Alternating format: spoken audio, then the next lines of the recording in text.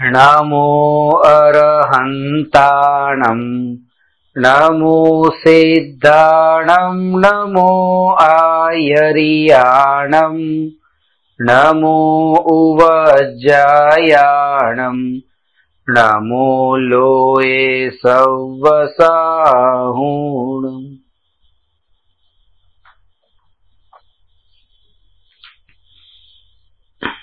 मोक्ष मार्ग प्रकाशक नवमो अधिकार पुरुषार्थ थी ज मोक्ष प्राप्ति पाना नंबर 315 में त्रीजो पेरेग्राफ है। प्रश्न है, द्रव्यलिंगी मुनि मोक्षना अर्थे ग्रहस्थपणु छोड़ी तपश्चरणादि करे छे, त्या तेणे पुरुषार्थ तो कर्यो छतां कार्य सिद्ध न थयुं, माटे पुरुषार्थ करवाथी तो काई सिद्धि नथी।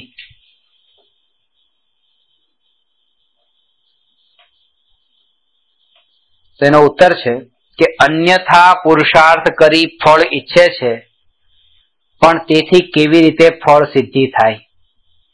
तपश्चरणादि व्यवहार साधन में अनुरागी थई प्रवर्तवानुं फल शास्त्र में तो शुभबंध कह्युं छे, अने आ तेनाथी मोक्ष इच्छे छे ते केवी रीते थाय ए तो भ्रम छे। स्वर्गना देवोमां मिथ्यात्वनी भूमिका सहित जीव वधारे मां वधारे 9मा ग्रैविक सुधी जाय छे अने त्या 31 सागरोपम वर्षनु आयुष्य भोगवीने फरीथी पाछुं संसार परिभ्रमण चालू रहे छे। એટલે જેટલું પણ પુણ્ય બાંધ્યું હતું એ બાંધેલું પુણ્ય ઉદયમાં આવ્યું અને ઉદયમાં જ્યારે આવ્યું ત્યારે આત્માનો આશ્રય નતો, ત્યારે પુણ્યના ઉદયમાં આત્માના આશ્રય વિના જીવ નિયમથી એમાં સંયોગોમાં તન્મય થાય, જ્ઞાતા ન રે અને નવા કર્મ બાંધીને પાછું એનું ભવભ્રમણ ચાલુ જ રહે। તપેશ્વરી રાજેશ્વરી ને રાજેશ્વરી સો નરકેશ્વરી એની જેમ એ રીતે પરિભ્રમણ ચાલુ રહે છે। એ ભ્રમનું કારણ પણ કોઈ કર્મ જ છે, પુરુષાર્થ શું કરે। પેલા તો આ જે ભ્રમ છે એ ભ્રમ કયો કે એને ભૂલ એ કરી કે જે ઉપાય હતો આત્માની અનુભૂતિનો, આત્માને પામવાનો, એ ઉપાય અંતરમાં પુરુષાર્થ કરવાનો હતો અને આ જીવે બધો પુરુષાર્થ બહારમાં કર્યો। એ જે કંઈ પણ અંદરની પરિણતિ માપવાની હતી પણ શરીરની ક્રિયાથી એણે પોતે ધર્મને માપ્યો ને એ વાત આપણે પહેલા સમજ્યા વિસ્તારથી કે જેવી રીતે સુખ શરીરમાં માને તો પણ મિથ્યાત્વ અને ચારિત્ર પણ શરીરમાં માને તોય મિથ્યાત્વ। આત્માનો ગુણ જે સુખ છે એને પૂદગલમાં માનવું એ જે ભ્રમ છે, એવી રીતે આત્માનો ગુણ જે ચારિત્ર છે જેને શરીરમાં માનવું અને ઘટિત કરવું એ પણ એક ભ્રમ છે। તો અલ્ટિમેટ ધ્યેય તો એનું સુખને પ્રાપ્ત કરવાનું જ હતું, કારણ કે એ પણ મોક્ષની પ્રાપ્તિ પણ સુખના લક્ષ્ય જ કરવા ઈચ્છતા હતા।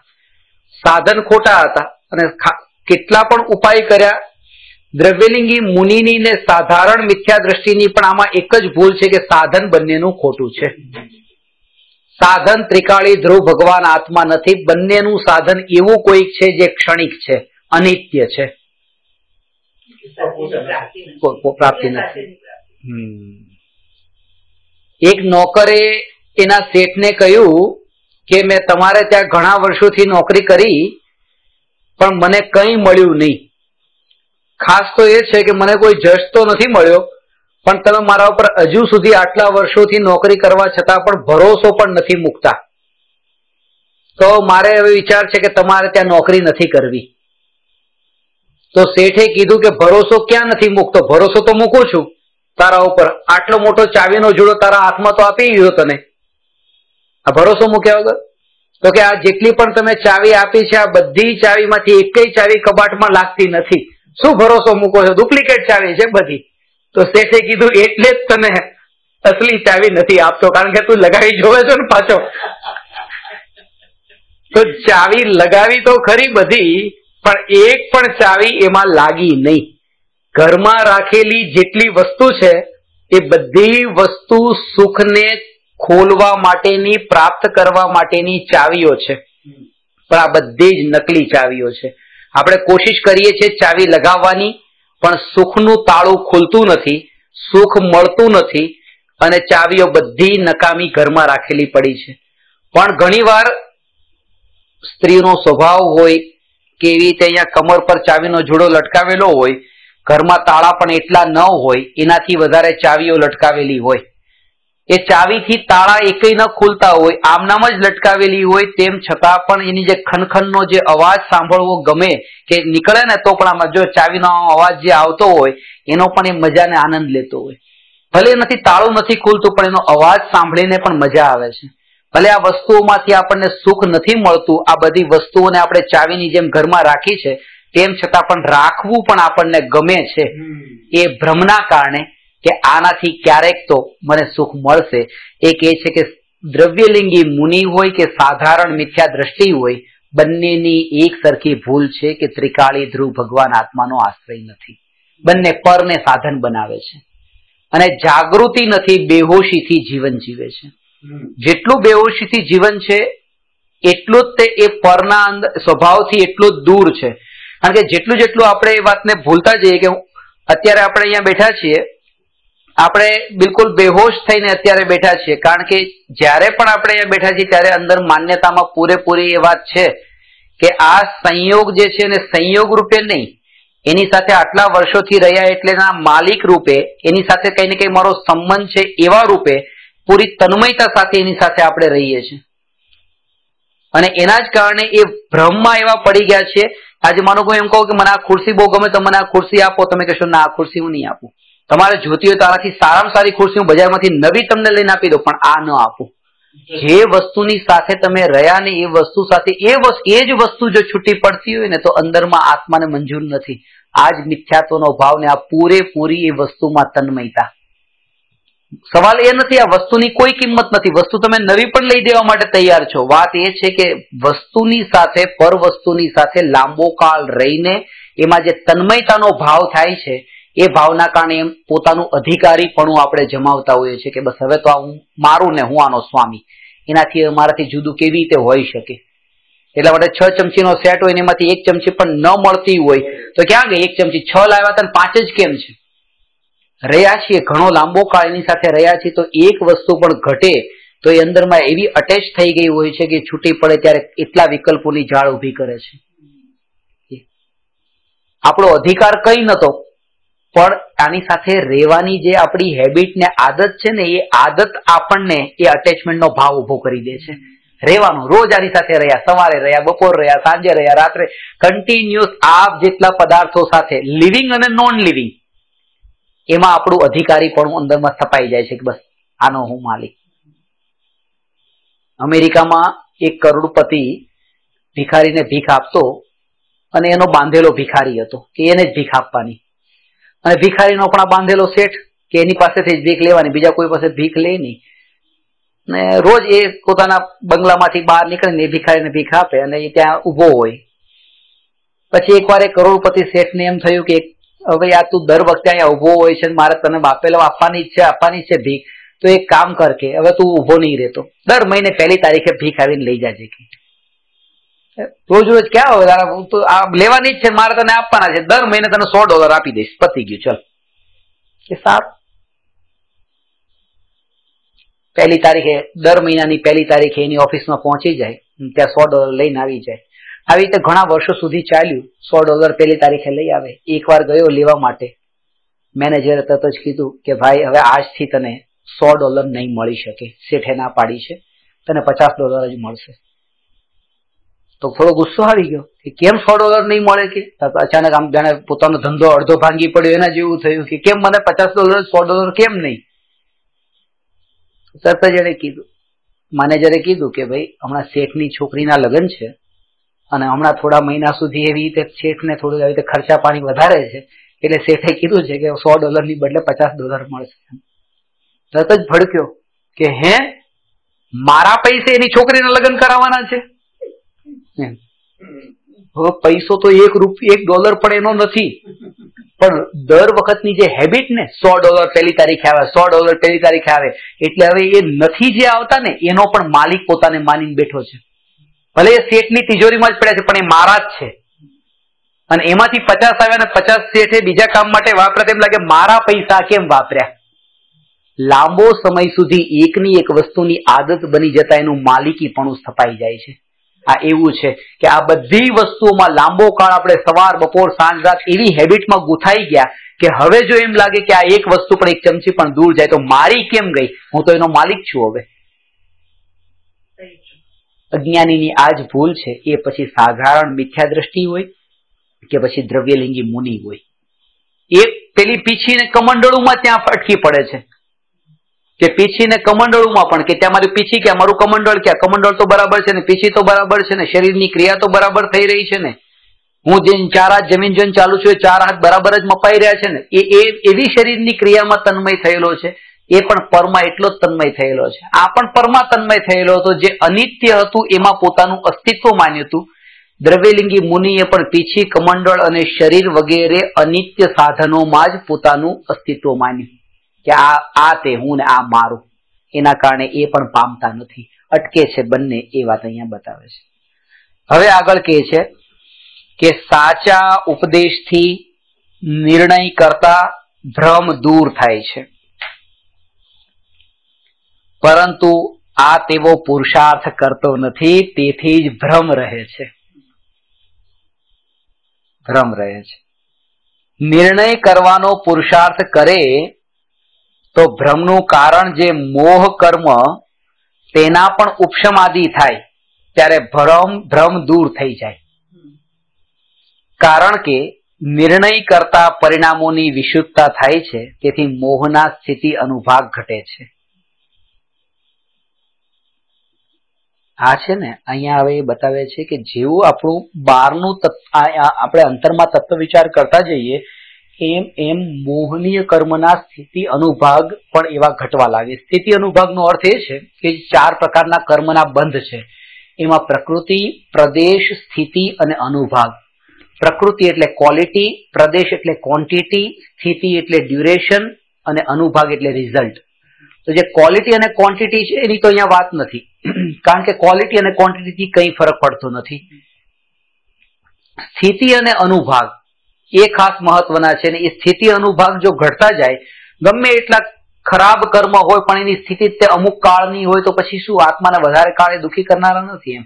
એટલે સ્થિતિ અને અનુભાગ બંધ જો ઘટી ગયો તો એ કોના વડે ઘટે છે?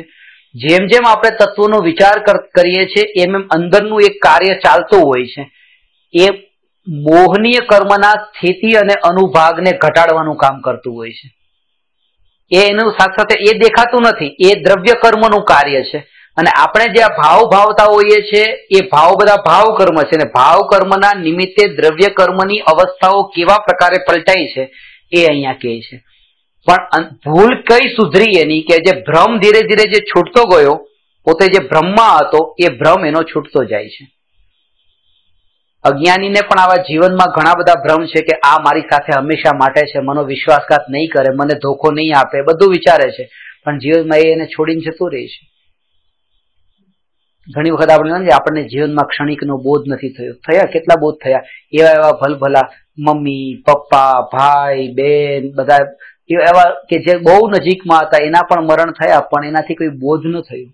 અજ્ઞાની જ્ઞાની વચ્ચે આટલું જ અંતર છે કે અજ્ઞાનીને જયારે જીવનના ક્ષણિકપણાનો બોધ થાય છે ત્યારે ફૂલ હોય તો છે પણ એકલું બસ કરમાવા લાગે છે, પડ્યું પડ્યું. જેવી ક્ષણિક ઘટના ઘટી એટલે ફૂલ પડ્યું, કર્માઈ ગયું. બીજી ક્ષણિક ઘટના ઘટી, ફૂલ પડ્યું, કર્માઈ ગયું. જ્ઞાની એ આખા જીવનની જેટલી ક્ષણિક ઘટનાઓ ઘટી હતી એ બધા ફૂલને ભેગા કરીને એક આખી માળા તૈયાર કરે છે. અને એ જાણે છે કે જો આ બધું જ ક્ષણિક, આ કોઈ ટકીને ન રહ્યું, એનાથી આખો એક રૂપ થઈને આખો બોધ લઈ લે છે કે તો આ બધું જો ન રહ્યું તો હવે આ જે છે આમાં પણ શું રહેવાનું છે. આપણે એક જોઈ લીધું, એક ઘટના ઘટી, પણ એને બીજી ઘટના સાથે જોડી નહીં, ત્રીજા સાથે જોડી નહીં, ચોથા સાથે જોડી નહીં. આ બધું એક સાથે જોઈને જોયું હોત ને કે આમાં કોઈના ઉપર ભરોસો મૂકવા જેવું નથી, કારણ કે એકનો આપણને બોધ થાય તો બીજા ઉપર આશા ઉભી થાય કે અહીંથી તો કંઈક મળશે, બીજામાં કંઈક બોધ થાય તો ત્રીજા પાસે આશા થાય અહીંથી તો કંઈક મળશે. આ બધાનો બોધ એક સાથે ભેગો કરીને એ જાણે એક માળા તૈયાર કરે ને એવો બોધ કરે કે ખરેખર આ બધામાં ક્યાંય શાંતિ નથી, તો જ તે એનો ભ્રમ તૂટે કે આ મારા સુખના સાથી, જે માન્યતામાં માની બેઠો છે. આ ભ્રમ. જાગતો હોવા છતાં પણ જે ઊંઘમાં સપના દેખે છે એવા જ સપના અત્યારે ખુલ્લી આંખે દેખે છે, એનું નામ છે ભ્રમ. કે જે અસત્ય છે, અસત્યમાં પણ જે સત્યની કલ્પના એ જે કરી બેઠો છે એનું નામ છે ભ્રમ. એક વ્યક્તિને એક તકલીફ હતી, એ માણસને હંમેશા એક પ્રોબ્લેમ કે સપનામાં એને સુંદર સ્ત્રી દેખાતી, એટલે ડોક્ટરની પાસે જઈને એને કીધું કે ડોક્ટર સાહેબ, મારી એક તકલીફ છે કે મને સપનામાં કે બહુ સુંદર દેખાવડી સ્ત્રી આવે છે સપનામાં. ડોક્ટર સાહેબ કે આ તકલીફ ક્યાં છે? કે આ સપનું તારે કેવી રીતે આવે છે તું મને બતાવ, કે મારે આવું સપનું લાવવું છે, કે હું તો ઘણા વખતથી કોશિશ કરું છું, મને તો આવતી જ નથી કે સુંદર તને સુંદર સ્ત્રી આવે સપનામાં. તો કે હા. તો કે આ તકલીફ થોડી છે? તો કે સાહેબ આ તકલીફ આ નથી, તકલીફ એ છે કે જયારે સપનામાં સુંદર સ્ત્રી આવતી હોય છે ત્યારે સપનામાં હું પણ સ્ત્રી જોઉં છું પાછો, તો કોઈ મજા જ નથી આવતી પાછી. મારી તકલીફ એ છે કે સપનામાં મને પુરુષ તરીકે બનાવીને રાખો, પેલી તો ભલે આવતી હોય તો આવતી રહે. ખરેખર એવું છે કે એક પેલો જેમ ભ્રમ છે કે એ સ્ત્રી આવે છે, એવી રીતે આ બીજો પણ ભ્રમ જ છે. આ બધું જ ભ્રમ છે. જેવી રીતે ઊંઘમાં સપનું એ ભ્રમ છે, એમ જાગતો પણ ભ્રમ છે. આ ડબલ બંને ભ્રમ જ છે, અજ્ઞાનતા જ છે. અને એ ભ્રમને સત્ય માની બેઠો છે. એ ભ્રમને સત્ય માની બેઠો છે એટલા માટે જ એ અત્યારે જાણી જોઈને દુઃખી થઈ રહ્યો છે. અને ઊંઘનો ભ્રમ છે ને એ એના કરતા જાગતો ભ્રમ તો વધારે ખતરનાક છે. ઊંઘના ભ્રમમાં એટલી તકલીફ નથી, કારણ કે ઊંઘના ભ્રમમાં સુંદર સ્ત્રી દેખાણીને સુંદર સ્ત્રીને મળતો હોય, ગળે લાગતો હોય તો બસ એટલું જ છે. જાગતી સ્ત્રીમાં એ જે ભ્રમમાં છે, ભ્રમ વધારે ખતરનાક છે, કારણ કે આમાં પરસેવાની વાસ પણ છે. સપનાવાળી સ્ત્રીમાં કઈ નથી. આમાં વધારે જ હજી તકલીફ છે, વધારે વેદનાને દુઃખને ભોગવે છે જાગતા સપનામાં. એ જાગતું સપનું વધારે દુઃખ છે, પણ એને એ સપનું નથી લાગતું, એને સત્ય હકીકત લાગે છે. અને પેલું તો એ ભ્રમ લાગે છે. આ પ્રત્યક્ષ જે દેખાય છે, પ્રત્યક્ષ ઉપર ભરોસો નથી. કૃપાળુદે આ પ્રત્યક્ષ ઉપર બહુ જોર આપ્યું. પ્રત્યક્ષ જે તમને નજર સામે, પ્રત્યક્ષ ઉપર ભરોસો નથી. આ પ્રત્યક્ષ છે ને, પ્રત્યક્ષ દેખાઈ રહ્યું છે કે જો આ મારા પપ્પા મને છોડીને જતા રહ્યા, દેહ છૂટી ગયો, પણ સગા સંબંધી કે જવા દો, બધું સારું થશે, બધું સારું થશે. આજે કેનારા છે ને સમાજના લોકો આજુબાજુમાં, બધું સારું થઈ જશે, એના ઉપર વધારે ભરોસો બેસે છે. આ પ્રત્યક્ષ દેખાઈ રહ્યું છે એના કરતા, કે આ નજરની સામે આ મૃતદેહ પડ્યો છે, જો આ કોઈનું ન રહ્યું એના ઉપર ભરોસો નથી બેસતો, પણ આના ઉપર ભરોસો બેસે છે જે આજુબાજુમાં કેનારા છે, કે હા ચલો ઠીક છે, બધું સારું થઈ જશે. તો આંસુ બંધ થઈ જાય છે, થોડા દિવસમાં ભૂલાઈ પણ જાય છે, કારણ કે ભરોસો આના ઉપર છે, પ્રત્યક્ષ ઉપર ભરોસો નથી. મેં એક સ્ટોરી વાંચી હતી કે એક માણસ છે, એને ઘોડાની જરૂર પડી, તો કોઈ એના મિત્રની પાસે જઈને ઘોડો લેવા ગયો કે મને તારો ઘોડો આપને થોડા દિવસ માટે, હું તને કે પછી આપી દઈશ, મારે જરૂર છે, મારે જવું છે કે સાસરીમાં, કે પહેલાના જમાનામાં તો કઈ વાહન નતા, તો કે ઘોડો લઈને હું તને ઘોડો પાછો આપી દઈશ. તો આણે તરત કહ્યું કે ના, મારી પાસે ઘોડો અત્યારે નથી, મારો ઘોડો કોઈ બીજો લઈને ગયો છે અને ત્યાં એને આપેલો છે, એમ કહીને બતાવી દીધું, સમજાવી દીધું. આને કઈ થયું ને કે ઠીક છે, ચલો તારી પાસે નથી તો વધારે તો કઈ ફોર્સ કરાય નહીં. જેવો એના ઘરથી થોડો દૂર ગયો એટલે ઘોડો અંદરથી અવાજ કર્યો ઘોડાએ. તો જેવો ઘોડાનો અવાજ થયો તરત જ આ પાછો એના મિત્ર પાસે ગયો કે હે તું કહો છો કે મારો ઘોડો તો કે મારો મિત્ર લઈને ગયો છે, કે આ ઘોડો તો અંદરથી બોલ્યો. તરત જ એને કીધું મિત્રએ કે તને ઘોડા ઉપર વધારે ભરોસો છે કે મારા ઉપર ભરોસો છે? હું બોલ્યો ને ઘોડો બોલ્યો ને, તું કે ઘોડો બોલ્યો એના ઉપર ભરોસો વધારે મૂકે છે, મારા ઉપર ભરોસો નથી મૂકતો. આ એના જેવું છે, જે પ્રત્યક્ષમાં અનુભવમાં આવે તેમ છતાં પણ જીવ જાણી જોઈને આંખ આડા કાન કરે છે, અને એ વાતને બતાવવા માંગે તું મારા ઉપર જ વધારે ભરોસો મૂકે ઘોડા કરતા. એ તો પ્રત્યક્ષ અનુભવમાં આવ્યું ને. તો પણ આ પ્રત્યક્ષ દેખાઈ રહ્યું છે કે આ મારો ન રહ્યો, આ ભાઈ મારો ન રહ્યો, બેન મારી ન રહી, મમ્મી મારા ન રહ્યા, આ પ્રત્યક્ષ દેખાઈ રહ્યું છે, તેમ છતાં પણ આ દુનિયાના લોકો ઉપર ભરોસો હું કેમ મૂકું છું? તો પાછો વળી જાય. જે પાછો વળી ગયો તે સમજદાર, એ હવે એના ઓટોમેટિક અંદરના જે કશાયના કર્મ, મોહના કર્મ છે ને પાતળા પડતા જાય, એ અનંત સુખની યાત્રા તરફ જઈ રહ્યો છે. ભલે એક સાથે સડનલી નહીં થાય, એમાં ગભરાવાની જરૂર નથી. એક સાથે કોઈને આજ સુધી નથી થયું. જેને પણ થયું છે એને ટુકડે ટુકડે અંદરથી અંદરનો પુરુષાર્થ એવા પ્રકારનો જ ચાલતો હતો. એટલા માટે ભલે તમે સાંભળતા હો, રોજ આ વાતને સાંભળો, દર બુધવારે આ વાતને સાંભળો, પણ અંદરથી કોઈ નિરાશ થવાનું નથી લાગતું કે ના આવા લોકોને શું સમજાવવું? નહીં, ક્યાંક અંદરમાં એ જીવને આ વાત કાનમાં પડી છે ને અંદરમાં એનું કાર્ય ચાલી રહ્યું છે. સાંભળ્યું, ઉભા થયા, જેવા હતા એવા ને એવા ઉભા થયા. આટલા વર્ષોથી સાંભળ્યું અને ઉભા થયા ત્યારે એવા ને એવા ઉભા થયા, અને ઉભા થઈને એ જ આદતો પાછી જે પેલાની હતી. બદલાણા તો કઈ નહીં. એ બદલાવ અંદરમાં આવે છે ને આવે છે, ખબર નથી પડતી. બદલાવ આવી રહ્યો છે, એ અનુભવમાં નથી આવતો. એ જે તમે અત્યારે જે છે અત્યારે તમે નિષ્ફળ ગયા. આ જે મોક્ષ પ્રાપ્તિ જે પુરુષાર્થથી થતી હતી, તમે આટલું તો કર્યું પણ સફળતા તો મળી જ નહીં. મોક્ષ તો મળ્યો જ નહીં. મોક્ષ તો દૂર, મોક્ષનો માર્ગ પણ મળ્યો નહીં, સમ્યક દર્શન પણ પ્રગટ્યું નહીં. પણ તોય તે હજુ પણ જે આ નિષ્ફળતા છે એ સફળતા જ છે, કારણ કે અંદરમાં પરિણમન ચાલુ છે. અંદરનું પરિણમન ચાલુ છે એટલે નિરાશ થવાની જરૂર નથી. એક માણસે પોતાના જીવનમાં 700 વાર નિષ્ફળ ગયો, 700 વાર નિષ્ફળ ગયો અને 701ની વાર એ સફળ ગયો. જયારે સફળ થયો 701ની વાર, ત્યારે લોકોએ એને પૂછ્યું કે તું 700 વાર નિષ્ફળ ગયો તો તને કેવું લાગ્યું? તો કે હું નિષ્ફળ ગયો જ નથી, એક પણ વાર નિષ્ફળ નથી ગયો. કારણ કે જેટલી વાર તમે મને નિષ્ફળ કહો છો એ સફળતા તરફ જઈ રહ્યો હતો. એ પગથિયું હતું, હું ઉપરનું પગથિયું માનતો હતો. એ માણસ હતો થોમસ એડિસન, જેને વીજળીના બલ્બની શોધ કરી. 700 વાર એને ટ્રાય કરી પણ બલ્બ ન પ્રગટ્યો, એ જળ્યો નહીં. અને પ્રકાશ જયારે પ્રગટ્યો 701ની વાર, એને કીધું કે હું 700 વાર ફેલ નથી થયો. એ 701ની વાર સુધી પહોંચવા માટેના પગથિયા હતા. અને એ વાત મને એટલી રૂચી ગઈ કે ખરેખર આ જીવ જે સાંભળે છે, જેનામાં મને એમ લાગતું હોય કે અરે આ આટલું સાંભળીને કાંઈ કરતા નથી, તમે આમ નામ ઉભા થયા ત્યારે એવા એવા નહીં, અંદરમાં તમે પગથિયા માંડી રહ્યા છો. એ સુધી પહોંચવા માટેના જયારે પ્રાપ્તિ થવાની છે ને, એના જ આ તો પગથિયા છે. નિષ્ફળતા ક્યાં છે? અંદરમાં પરિણમન થઈ રહ્યું છે. એટલે નિરાશ થવાની જરૂર નથી.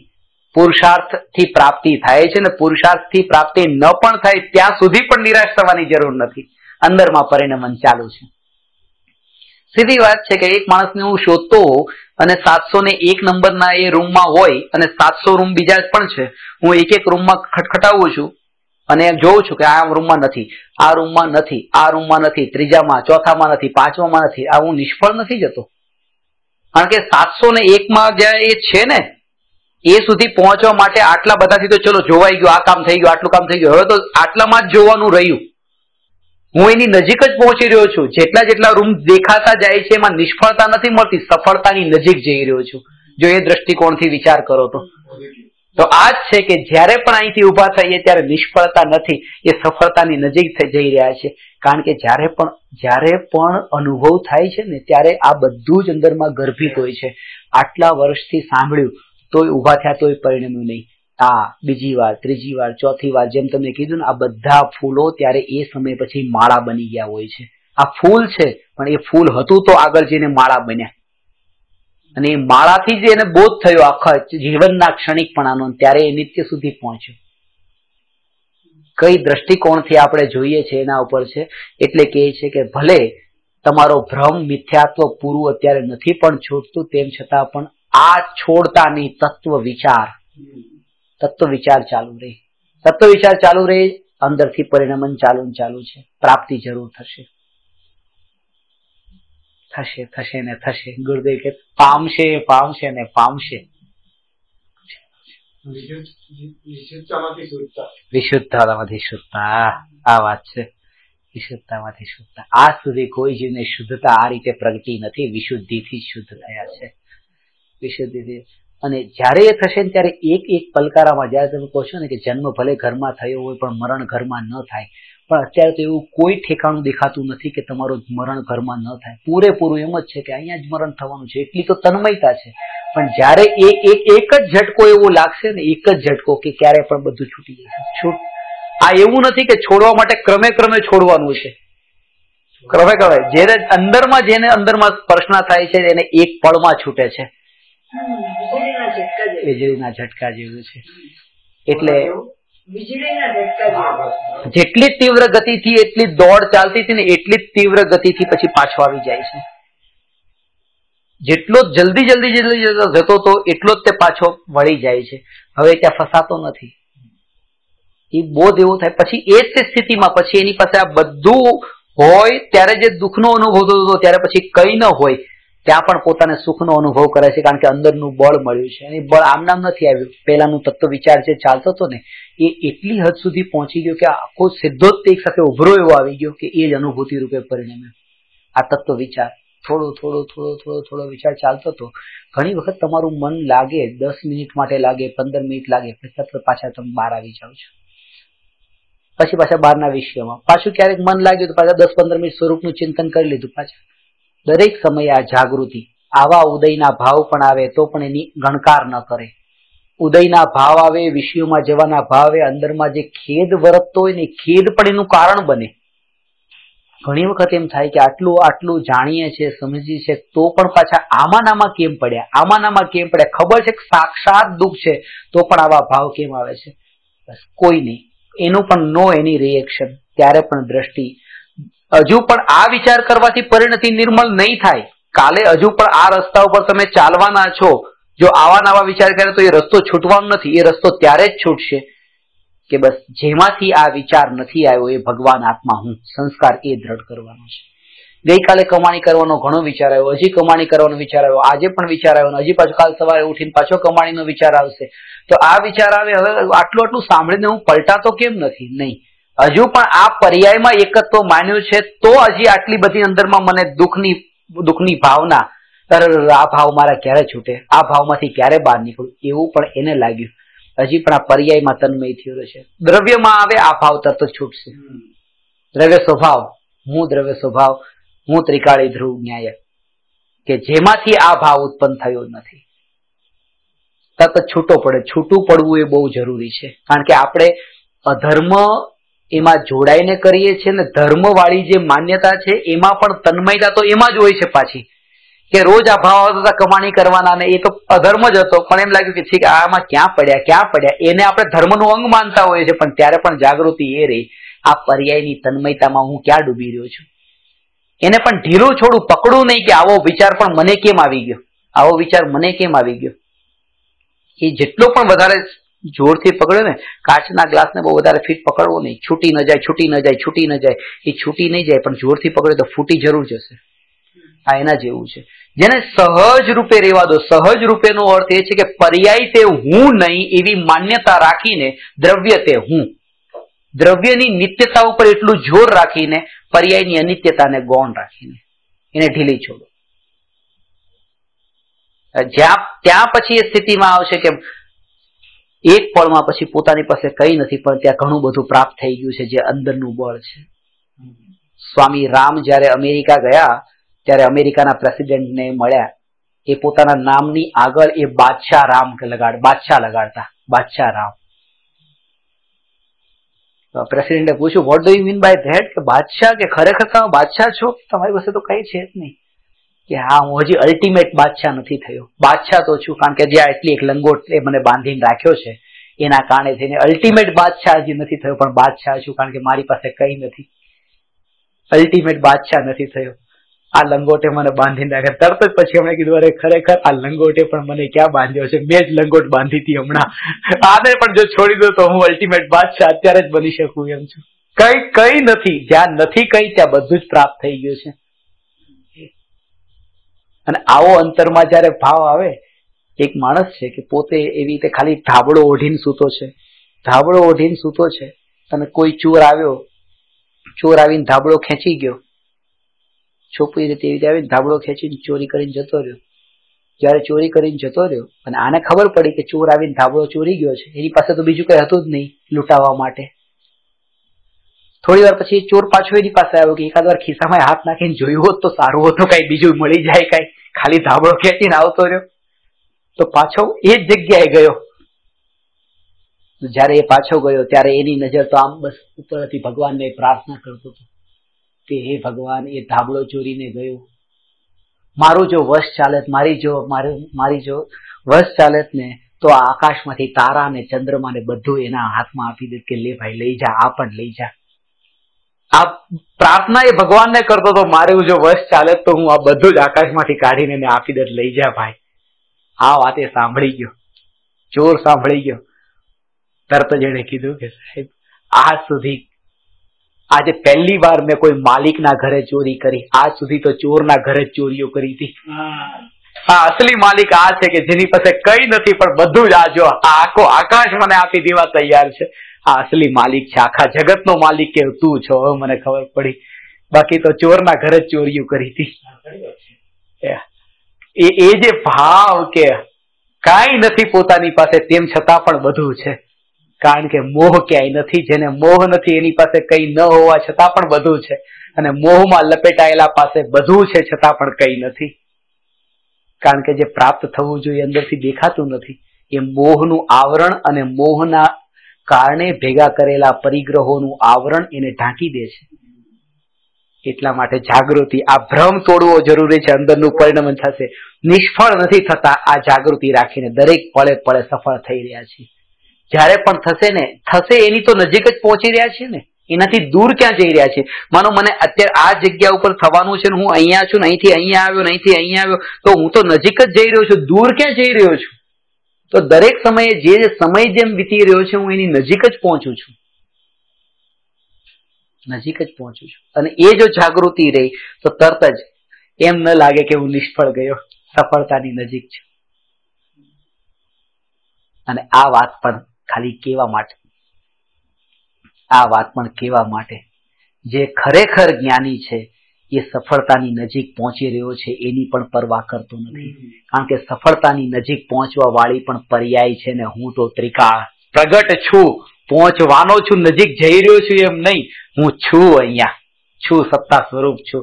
આ ત્રિકાળીનો નિર્ણય એને એમ કહેવાય કે હવે પરથી છૂટ્યો. આ પરથી છૂટો પડ્યો. જે પરમાં ચોંટતો હતો ને એ. ગયા વખતે મેં તમને એક સૂત્ર બતાવ્યું હતું, આમ જ હોય, આમ જ હોય. આ વખતે છોકરાઓને ઉમરાળા ગામમાં નવી ધૂમ મચી છે. નવું સૂત્ર આપ્યું છે. ગયા અઠવાડિયે અહીંથી ગુરુવારે રાત્રે બેઠો, બાંદ્રા ટર્મિનસ થી ટ્રેનમાં બેઠો. ભાવનગરની ટ્રેન પણ હતી ને જયપુરની હતી. જયપુરની ટ્રેનમાં બેસી ગયો હું. હવે એ જ ચિંતન આ જે આપણે ગઈ વખતે વાત કરી હતી, જાણવા રૂપે પરિણમીને જાણવા રૂપે ટકીને ટ્રેન અર્થે હું જાણવા રૂપે. હવે ગાડીમાં એક ભાઈ જે મને ડ્રોપ કરવા આવતા હતા તો એણે મને પછી એવી રીતે ક્લાસમાં આ વાત ચાલી, આની વાત ચાલી. ત્યાં તે પ્લેટફોર્મ પર કઈક પ્લેટફોર્મ ચેન્જ થઈ ગયા. હું ત્યાં જઈને સીધો બેસી ગયો તે જ જગ્યા ઉપર. બોરીવલી આવવાની તૈયારી હતી. ટીસીએસ ટિકિટ ચેક કરી તમારે કે જયપુરની ભાવનગરની ટિકિટ છે, જયપુરની ટ્રેન છે કે જયપુર. તરત એ જ સમયે આ વાક્ય પહેલા જ આવ્યું, તેથી મને શું, તેથી મારે શું, તેથી મારે શું, તેથી મારે શું. કઈ નહીં તો કે બોરીવલી ઉતરી જાવ, દંડ ભરી દો જેટલો તમે કરી. પાકીટ કાઢ્યો, લે ભાઈ દંડ જોતો કેટલો. તો કે આજ સુધી કોઈ પેસેન્જર આવો મળ્યો નથી. પેલા એક તો કે સાહેબ માફ કરી દો, જવા દો ને, કે અહીંયા ઉતરી જ જવું છે ને ભૂલ થઈ ગયા. બાકી લઈ જા ભાઈ, પૈસા જોતા લઈ જા. તેથી મારે શું, લઈ નહીં લીધા. અને કે જવા દો, મારે દંડ જ જોતો, પૈસા બચી ગયા મારા. તેથી મારે શું, ગયા જાત તોય તેથી મારે શું, ન ગયા પડ્યા તોય તેથી મારે શું, તેથી મારે શું. થોડી વાર પછી તેથી મારે શું, તેથી મારે શું, તેથી મારે શું. પછી ગામ ગયો. ગામ ગયા પછી ગઈ વાત કરી. કાકાને ગઈકાલે ફોનમાં કીધું હતું, 6 કરોડ રૂપિયાની રોલ્સ રોય માંથી 1 કરોડપતિની પત્ની ઉતરી અને 10 આંગળીમાં 20 વીંટી પહેરેલી છે, ગળામાં એવી રીતે મોટો હાર પહેર્યો છે, એમાં રત્ન ને હીરા જડેલા છે. અને આવી સ્ત્રી કીધું, બોલો છોકરાઓ તમારી સામે આવીને આમ સ્ટાઇલમાં નીચે ઉતરે તો કેવું લાગે? બધા એક જ અવાજમાં તેથી મારે શું, તેથી મારે શું. અને બધા પછી ડગલે પગલે. અને એ વાત પછી એટલી અલ્ટિમેટ લેવલ સુધી લઈ ગયા કે બસ આ તેથી મારે શું, તેથી મારે શું, તેથી મારે શું. મહાવીર ભગવાન સિંહની પર્યાયમાં કીધું, સમ્યક દર્શન પામ્યા અને મોક્ષે બિરાજમાન છે, પણ પુરુષાર્થ થયો તો સિંહની પર્યાયમાં. અને આજે સિદ્ધશિલા પર બિરાજમાન છે, એક સિંહ સમ્યક દર્શન પામ્યો. બધાએ તેથી મારે શું. આનાથી છૂટવું બહુ અઘરું છે. કારણ કે તેથી મારે શું તો એમનું કલ્યાણ થયું, મહાવીર ભગવાનનું. મારું કલ્યાણ તો ત્યારે કે જયારે હું પોતે પામું. તેથી મારે શું. આવા તો અનંત સિદ્ધ ગતિને પામ્યા છે અનંત જીવો, પણ તેથી મારે શું. અનંત જીવો સમ્યક દર્શન પામ્યા છે, અનંત જીવો મુનિ થયા, તેથી મારે શું. મારું હિત તો એ કે જયારે અહીંયા પોતાનું પરિણમન થાય. તરત જ આ તેથી મારે શું જે છે એ તરત જ પરથી ચોંટવા નથી દેતા આપણને કે આમાં જ્યાં ચોંટે ને તો બહાર નીકળી જવાય. તેથી મારે શું, તેથી મારે શું, આમ જ હોય તેથી મારે શું. નાની નાની ચાવીઓ છે ને આપણા જીવનમાં જો ડગલે ને પગલે યાદ કરીએ ને, એ તો એટલું બધું ચાલ્યું તો આવો જોઈએ. એના ઉપરથી પછી પુસ્તક લખાયું, 45 પાના તો લખાઈ ગયા. આમ જ હોય પુસ્તક, એમ ટાઇટલ જ રાખ્યું છે આમ જ હોય, આમ જ હોય.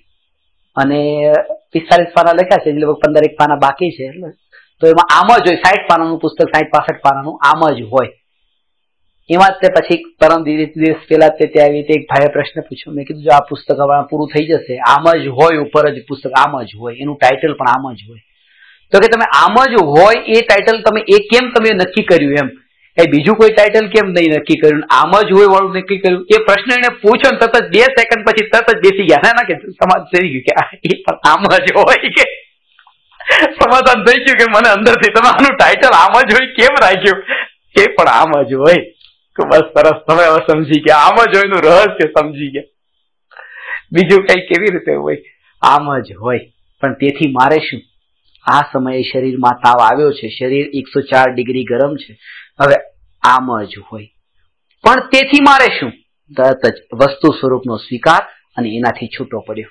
વસ્તુ સ્વરૂપનો સ્વીકાર અને તેનાથી છૂટો પડ્યો. આમ જ હોય પણ તેનાથી મારે શું? રાજસ્થાનમાં 50 ડિગ્રી ટેમ્પરેચર, આટલી ગરમી, આમ જ હોય પણ તેથી મારે શું? આ છે ને કે છે કે તરત જ ભેદ જ્ઞાન કરીને છૂટા પડવા માટેનો આ ઉપાય છે. ક્યાંય પણ ચોંટો નહીં, જ્યાં પરમાં ચોંટવાનું છે તરત જ ત્યાંથી બહાર નીકળી જવા માટેનું આ. એટલે અપ્રયોજનભૂત. ગામમાં તે એક ભાઈની છોકરી કોઈ છોકરાને લઈને ભાગી ગઈ ને એવી રીતે અત્યારે કેટલી ગામમાં ચર્ચાઓ ચાલતી હતી કે આ જતી રહી, આ જતી રહી. અત્યારે બસ બધા એક જ કે તેથી મારે શું? અરે ગઈ તો ગઈ, પણ તેથી મારે શું? આ સમાધાન કે તેથી મારે શું? આમ જ હોય ને તેથી મારે શું? અપ્રયોજનભૂત વ્યર્થના વિખવાદમાં જીવ અટકતો હોય, એમાંથી બહાર નીકળે એનું આ સૂત્ર છે. ઘણું બધું તો યાદ ન રહેતું હોય, પણ ટૂંકું ને ટચ આટલું યાદ રહે તો પણ ઘણું છે, ઘણું છે એમ. આમ જ હોય ને તેથી મારે શું? માસ્ટર કી છે. આ ખરેખર માસ્ટર કી છે. અને ખરેખર તો હકીકત તો એ જ છે કે ભલે ને 6 કરોડની ગાડીમાંથી ઉતરે કે 12 કરોડની ગાડીમાંથી ઉતરે, આને શું? પણ આને શું? બાજુમાં ઉભા રહ્યો એ તો બસ ખાલી થોડી વાર જોઈ લીધું, પતી ગયું. પેલાના ભાવ ઘણા બધા થતા હોય, પણ આને શું? તેથી કઈ નથી. મોટા ભાગે તો એવું જ થતું હોય છે, ગાડીમાં જયારે ઉતરીએ ત્યારે આપણો ભાવ એવો હોય કે જોવે, સરસ રીતે તૈયાર થયા હોય તો 2-4 જણા જોવે, પેલાનું ધ્યાન ન પણ હોય. આપણે ભાવથી જ અંદરથી મનોમન ખુશ થતા હોઈએ.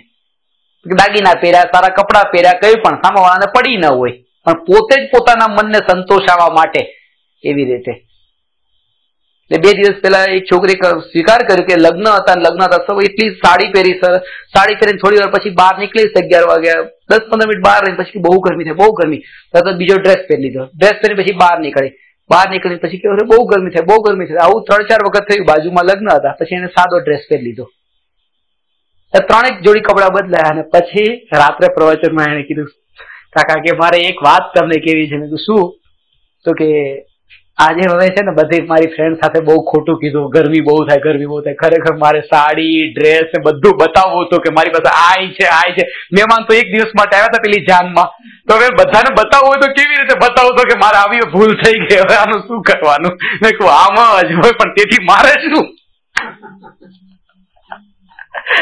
તેથી મારે શું? કે તમને આટલું ડિટેલમાં આટલું ખુલાસા સાથે આવી ગાથાઓ કાઢીને સમજાવું છું. તમને એમ નથી લાગતું કે અરે ખરેખર આવું આપણને સાંભળવાનું મળે છે, આપણને આટલું શોધખોળ કરી લાવીને આપણને પીરસે છે? તમને એવું નથી લાગતું? બધા છોકરા કે તેથી મારે શું? કે તમે કરો, તમારું કામ છે. મારું તો ત્યારે બસ એક જ વાત, મારું હિત તો ત્યારે જયારે હું કઈ કરું, મારું પરિણામ અંદરનું થાય. આટલી વાત સમજી લો બસ. સામાવાળો ગુરુદેવે તો ઘણું કર્યું, પણ તેથી મારે શું? મારું તો હિત ત્યારે કે જયારે હું એ પરિણમું. અહો ઉપકાર છે ગુરુદેવનો, પણ એ ઉપકાર પણ ત્યારે પરિણમ્યો કહેવાય જયારે અહીંયા અંતરનું પરિણમન થયું. સમજાવવાનો ઉપકાર શું? હું જ્યાં સુધી એને ન સમજુ ત્યાં સુધી ઉપકાર થયો કેવી રીતે? સમજાવવાનો ઉપકાર શું? સમજે જીન સ્વરૂપ. કૃપાળદેવે કીધું છે. આ સૂત્ર પણ આખું અઠવાડિયું જેટલું ચિંતનમાં ચાલે બસ આમ જ. તેથી મારે શું? હા, સમજાય. હા, હવે કે છે કે નિર્ણય કરવામાં ઉપયોગ લગાવતો નથી, તેનું કારણ પણ કર્મ છે ને.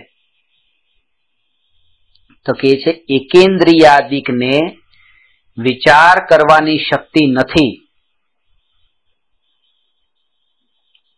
તેમને તો કર્મ જ કારણ છે.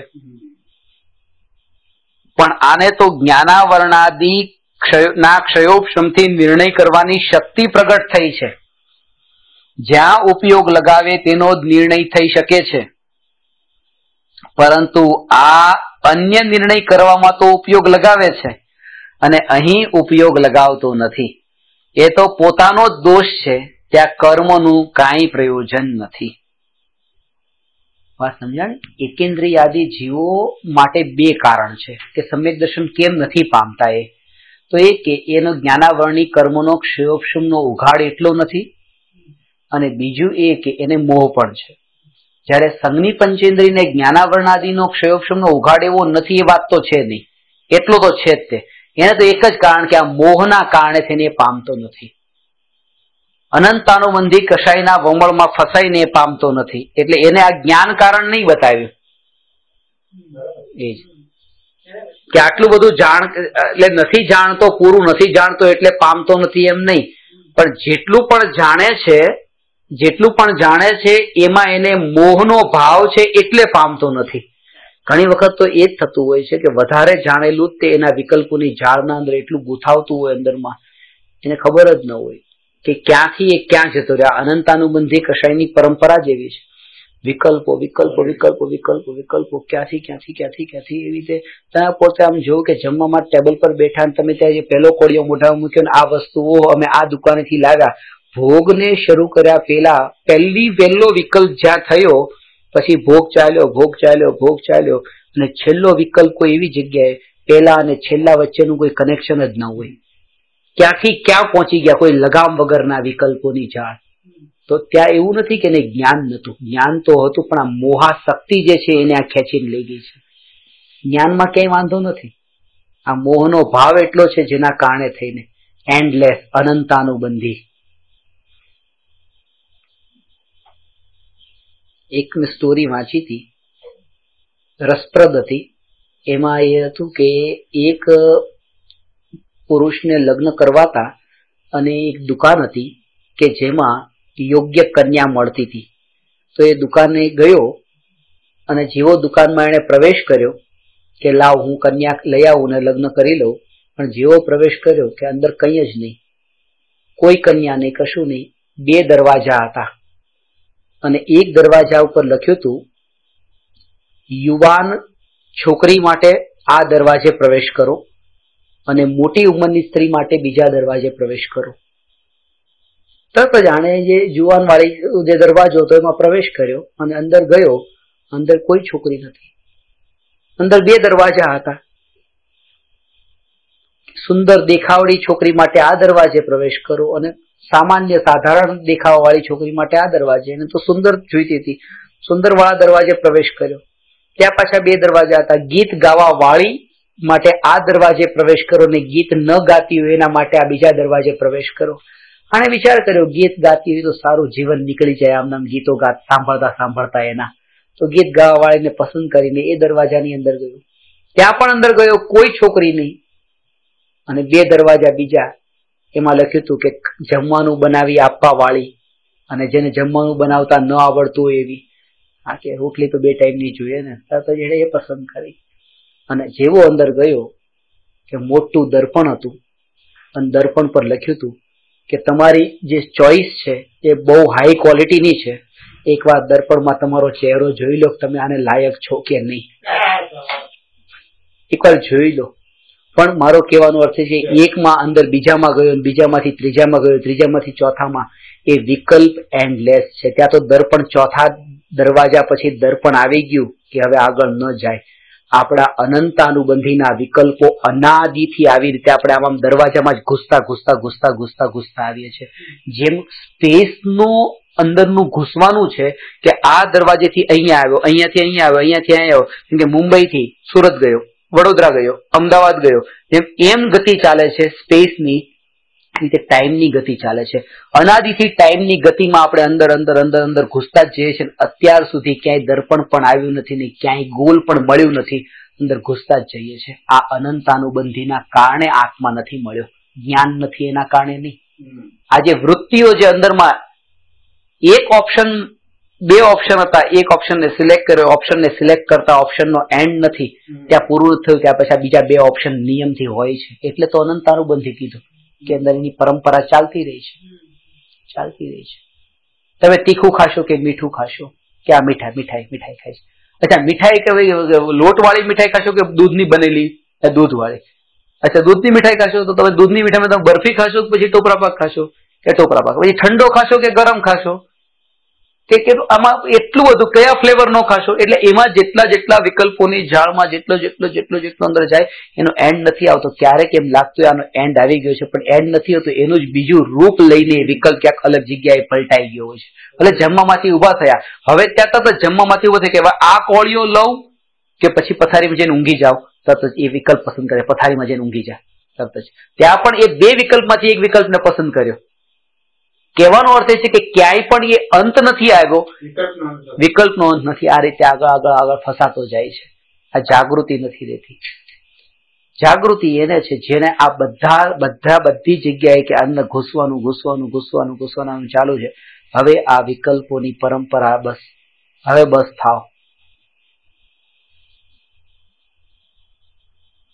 મુઠ્ઠી ખોલતા હાથમાં કઈ નહીં આવે, હાથ ખાલી જ છે.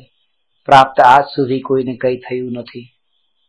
હું ક્યાં આ કાદવ કીચડમાં ફસાયો, હું ક્યાં આના અંદર ડૂબેલો છું, એનો તત્વ વિચાર કરીને એ બહાર આવે અને નિરંતર તત્વ વિચાર કરતા કરતા કરતા કરતા તરત જ આ બધા ક્ષણિકપણામાંથી વિકલ્પોની જાળમાં જે ગુથાતો હતો એમાંથી પાછો આવે.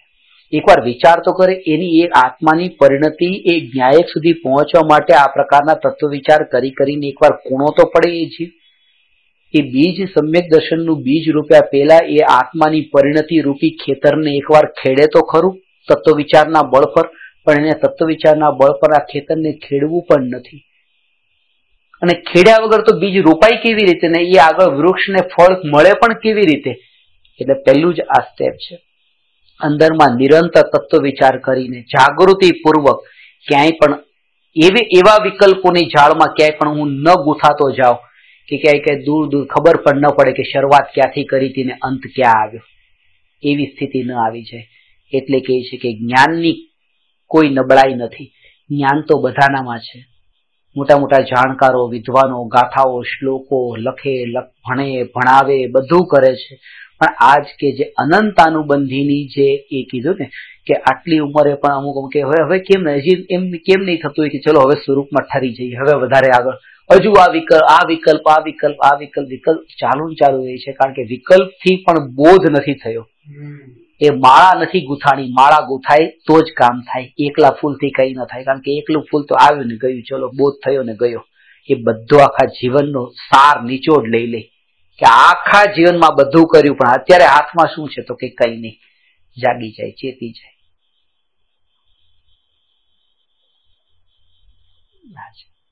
તો એ અહીંયા મોહની નબળાઈ, આ મોહના કારણે થઈને, જ્ઞાનના કારણે, એટલે ખાસ શબ્દ વાપર્યો છે એમાં. જો આમાં ઉપર બીજી લાઈનમાં કીધું, જ્ઞાનાવરણાદિકના ક્ષયોપશમથી નિર્ણય કરવાની શક્તિ પ્રગટ થઈ છે. જ્યાં ઉપયોગ લગાવે તેનો જ નિર્ણય થઈ શકે છે, પરંતુ આ અન્ય નિર્ણય કરવામાં તો ઉપયોગ લગાવે છે અને અહીં ઉપયોગ લગાવતો નથી. એ તો એનો પોતાનો જ દોષ છે. ત્યાં કર્મનું તો કઈ પ્રયોજન નથી. પોતાની નબળાઈ પોતાની બતાવે છે, જેથી કરીને પુરુષાર્થ પણ પોતાનામાં ઘટિત થાય. હવે પ્રશ્ન છે, સમ્યક્ત્વ ચારિત્રનો ઘાતક તો મોહ છે, એટલે તેનો અભાવ થયા વિના મોહનો ઉપાય કેવી રીતે બને? મોક્ષનો ઉપાય કેવી રીતે બને એ કહે છે. જો તત્વ નિર્ણય કરવામાં ઉપયોગ લગાવતો નથી એ તો આનો જ દોષ છે. પુરુષાર્થ વડે જો તત્વ નિર્ણય કરવામાં ઉપયોગને લગાવે तो स्वयं ज मोहनो अभाव थता सम्यक्तवादी रूप मोक्षना उपायनो पुरुषार्थ बने छे।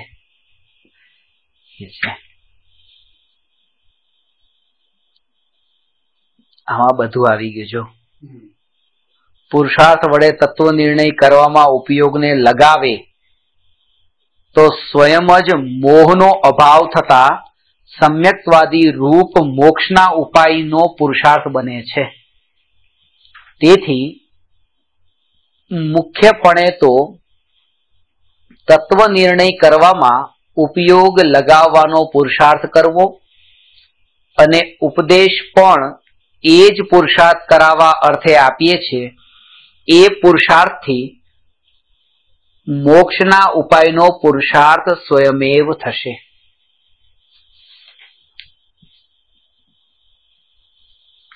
આ જે ઉપદેશ છે ને, આ ઉપદેશ છદ્મસ્તને જ્ઞાનમાં સમજાય એ અપેક્ષા એ ઉપદેશ છે।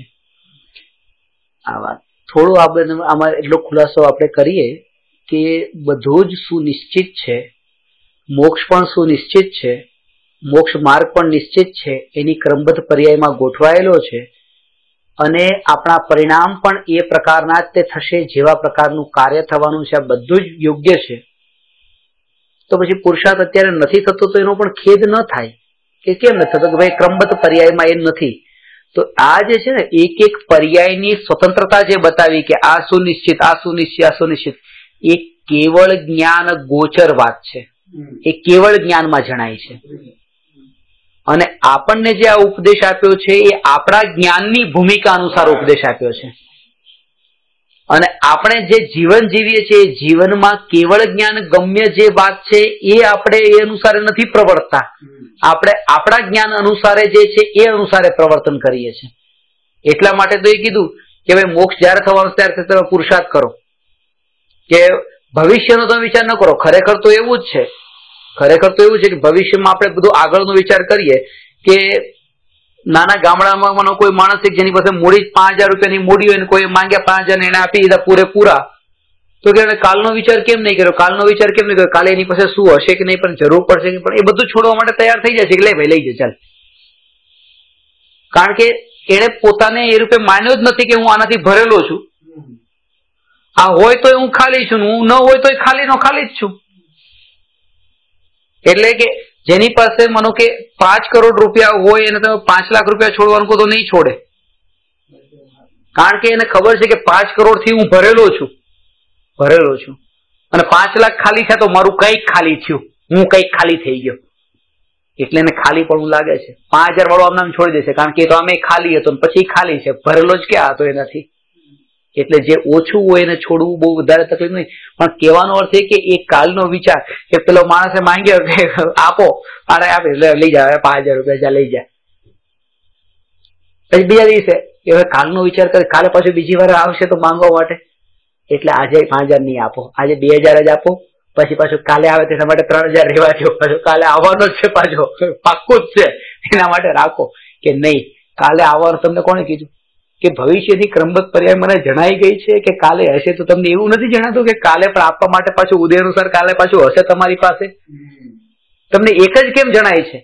એટલે આજ કે વર્તમાન પર્યાયમાં અને પ્રેક્ટિકલી તમે જોવો ને તો તમે કોઈના માટે પણ તમારે કંઈ કરવાનો ભાવ આવ્યો ને એમ લાગે પછી કાલનો વિચાર આપણે કરીએ, કાલનો વિચાર તમે કરશો ને તો કાલના વિચારમાં તો ત્યાં જ અટકી જશો।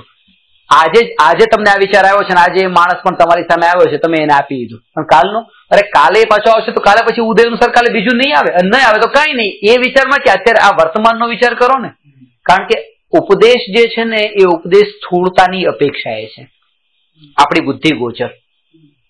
એટલે જે લોકો એમ કે ને ચપ્પલ પહેરવાનું મેં છોડી દીધું, હું ચપ્પલ નથી પહેરતો, જે લોકો ભગવાનની પૂજા કરવા માટે દેરાસરમાં જતા ને ચંપલ ન પહેરેલું ધોતી પહેરેલી હોય ઉપર ચંપલ ન પહેર્યા હોય અને સ્કૂટર ઉપર જતા હોય, કેવી રીતે ગાડી ઉપર બેસીને જતા હોય કેવી રીતે, તો એ શાસ્ત્રમાં તો આના ઉપર એ બતાવ્યું છે કે એક ભાઈને પૂછ્યું મેં કે તમે આજે ન ખાવા, પ્રશ્નોત્તરીમાં છોકરાને પૂછે ને કે ભાઈ ન ખાવા જેવું ખાધું હોય તો બેસી જજો ભાઈ બધા, કારણ કે એને પછી પ્રશ્નોત્તરીમાં ઉભા રહેવાનો અધિકાર નથી। આજે ન ખાવા જેવું ખાધું હોય, લસણ ડુંગળી કાંદા જે ખાધું હોય તો તમારે નહીં ઉભો રહેવાનું। તો એક ભાઈ બિલકુલ નવા કે ના મેં કઈ ના આવું લસણ ડુંગળી કઈ ખાધું જ નથી, તો શું શાક શેનું હતું કે માંસ ખાધું હતું આજે, પતી ગયું. અરે આટલું મોટું પાપ કર્યું કે એમાં લસણ ડુંગળી નતા નાખ્યા. આ એના જેવું છે કે લસણ ડુંગળી નથી ખાતા પણ માંસ ખાધું. હું ચંપલ નથી પહેરતો પણ ગાડીમાં જાઉં છું તો જૈન દર્શનમાં એ બતાવ્યું કે પેલા ગાડી છૂટે એટલે ગુરુદેવે ચંપલ કેમ નહીં છોડ્યા? કારણ કે ગાડી તો વાપરતા હતા. અરે અહીંયા સુધી કે પહેર્યા નતા પહેરતા પેલા 21 વર્ષ દીક્ષાના કાળમાં તો ન પહેર્યા પણ તોય પાછા પહેરી લીધા. કારણ કે ગાડી વાપરતા હોય ચંપલ ન વાપર્યા તો ઊંધું કામ થઈ ગયું. આ ખરેખર તમને કહું કે જેના કારણે છે ને એટલી મિસઅન્ડરસ્ટેન્ડિંગ થઈ જાય કે તમે તો આ ચારિત્ર પાળતા જ નથી, તમે તો ચારિત્ર પાળતા નથી. આટલું સમજણ પછી તમે એક દિવસ તો ચંપલ છોડીને તો બતાવો. અરે વાત એ છે કે જૈન દર્શનમાં પેલા મોટું પાપ જે તમને સ્થૂળ પકડમાં આવી રહ્યું છે એને તો પેલા તમે છોડો. આ સ્થૂળતાથી સૂક્ષ્મતા તરફ જવાનું છે. તો સ્થૂળ તો તમને આ બધું દેખાય છે. આ સૂક્ષ્મ વાત સાચી છે કે ક્રમબદ્ધમાં જયારે મારો મોક્ષ થવાનો છે ત્યારે થશે, એનો તો અત્યારે વિચાર જ નહીં કરતા. અત્યારે તો સ્થૂળતાથી કે જેમ મને 8ના ડકોરા લંકા પડે એટલે તરત હું ઘરમાં સીધું ગાડીમાં બેસી જાઉં છું ને કે ભલે ભાઈ ત્યાં બીકેસી દૂર સુધી જવાનું છે, ચલો અડધો કલાક વહેલા નીકળું. અહીંયા હતું તો ચલો ઠીક છે, અહીંયા તો 15 મિનિટમાં પતી જતું, ત્યાં પોણો કલાક લાગશે. બધો ટાઈમ કેમ બદલાવી નાખ્યો કે ત્યાં આવી રીતે. તો તરત જ ત્યાં આપણે કેવળ જ્ઞાન ગમ્ય ન લીધું, ત્યાં આપણી બુદ્ધિ ગોચર લીધું. તો જ્યાં ત્યાં બુદ્ધિ ગોચર લઈએ છીએ તો અત્યારની ભૂમિકામાં જે જીવની જે ભૂમિકા હોય ત્યાં ઉપદેશ આવો બુદ્ધિ ગોચર. વાત તો એ છે કે ભલે એને આ ચંપલને પણ છોડ્યા છે તો વાત સારી વાત છે, ચલો ચંપલને તો છોડ્યા છે, પણ એ છે કે આના કારણે થઈને જે પેલું જે છે ને જે છોડવું જોઈએ એને છોડવા જેવું લાગતું જ નથી. પછી આ જ એનું બધું થઈ ગયું અને પેલું તો કઈ રહ્યું જ નહીં પછી જે છોડવા જેવું હતું. એટલે એના જેવું છે જે કરવા જેવું હતું એ કર્યું ને ન કરવા જેવામાં અટકી ગયો. અત્યારે એમાં નતું અટકવાનું. હતી વાત સત્ય એ પણ છોડવા યોગ્ય. ક્રમબદ્ધ પર્યાયની વાત પરમ સત્ય છે, નથી સત્ય એમ નહીં, પણ એ પછીની વાત છે. અત્યારે તો આપણે આ સ્થૂળ જે આપણી ભૂમિકા અનુસાર જે રીતે કે ના પુરુષાર્થથી થશે ક્રમબદ્ધ પર્યાયમાં છે, વાત સાચી છે. આ ઉપદેશ આ પ્રકારે છે. હા હા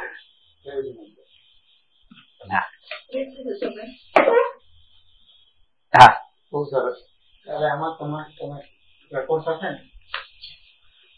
હવે કે છે સમ્યક્ત્વ ચારિત્રનો ઘાતક તો મોહ છે એની જે વાત કરી ને એની વાત થઈ. હવે જો આગળ વળી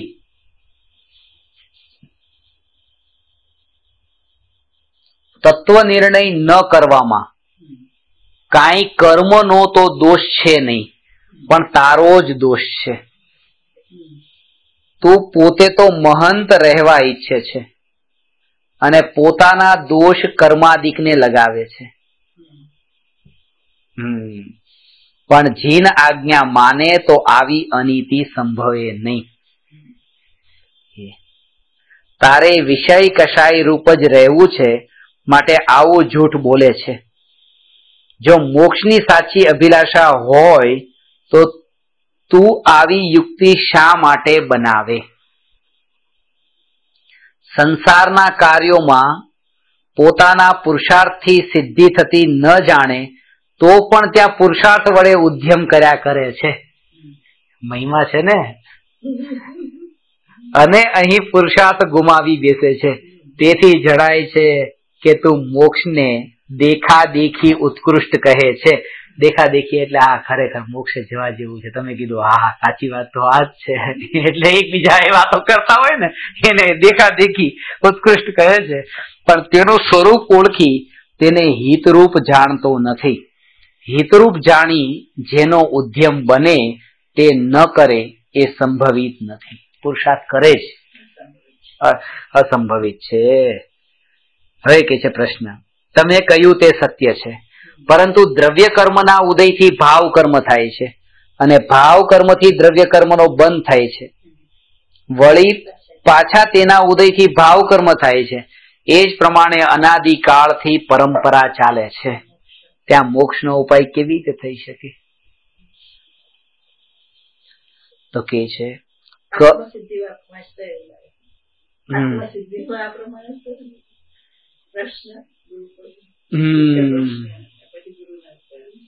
શંકા સમાધાન. કર્મનો બંધ વા ઉદય સદા કાળ સમાન જ રહ્યા કરે તો એમ જ છે. આ ખાસ છે.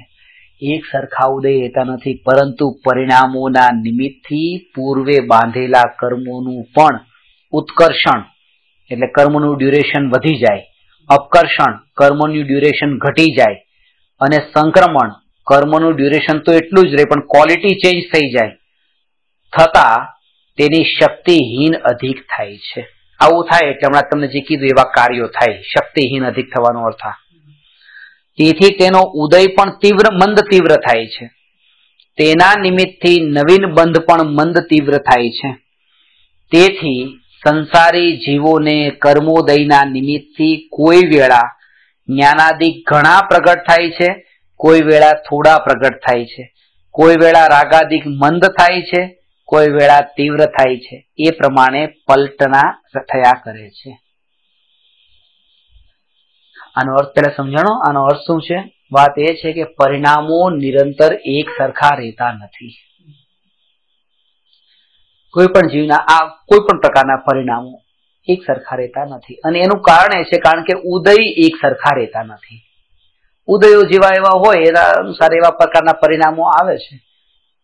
તો કે છે કે આવી રીતે જ્યારે પણ મંદ ઉદય હોય ને, મંદ ઉદય, તો એમાં તો હજુ કંઈક થઈ શકશે. તીવ્ર ઉદયમાં કંઈ નહીં થાય. એને આ રીતે કીધું કે પેલું પાણીના નળનું કીધું ને કે નીચેથી કૂવામાંથી પાણી આવતું હોય, જોરથી ફોર્સ સાથે આવતું હોય, તમે આડો હાથ રાખ્યો સીધો હાથ પણ ફેંકાઈ ગયો.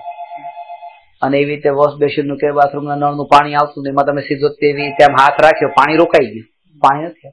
તો એ છે તીવ્ર ફોર્સ હોય છે ત્યાં તો તમારો પુરુષાર્થ કરવા છતાં પણ નહીં થાય. તમે ભાવ પણ નહીં કરી શકો એ સમયે તો કે લાવ પુરુષાર્થ કરું. પણ જ્યારે મંદ ઉદય હોય ત્યારે એ કામ થઈ શકે છે. એટલે જ કે અત્યારે આજે સાંભળવા માટેનો ભાવ આવ્યો ને, આ તે પાત્રતા.